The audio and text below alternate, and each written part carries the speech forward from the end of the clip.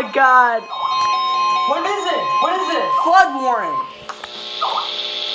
For the following counties in New Jersey, Morris and Passaic, the National Weather Service in Mount Holly has issued a flood warning for the Pequannock River below McCoppin Dam. Until Saturday evening, until the warning is canceled. At 5:30 p.m., the stage was 5.7 feet and rising. Flood stage is 5.5 feet. Minor flooding is occurring and continued minor flooding is forecast.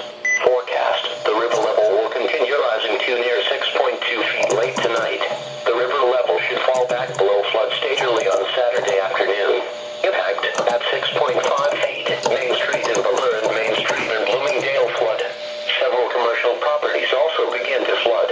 The Hamburg Turnpike experiences significant flooding. Flooding extends to the east side of Bloomingdale. Sloan Park is flooded.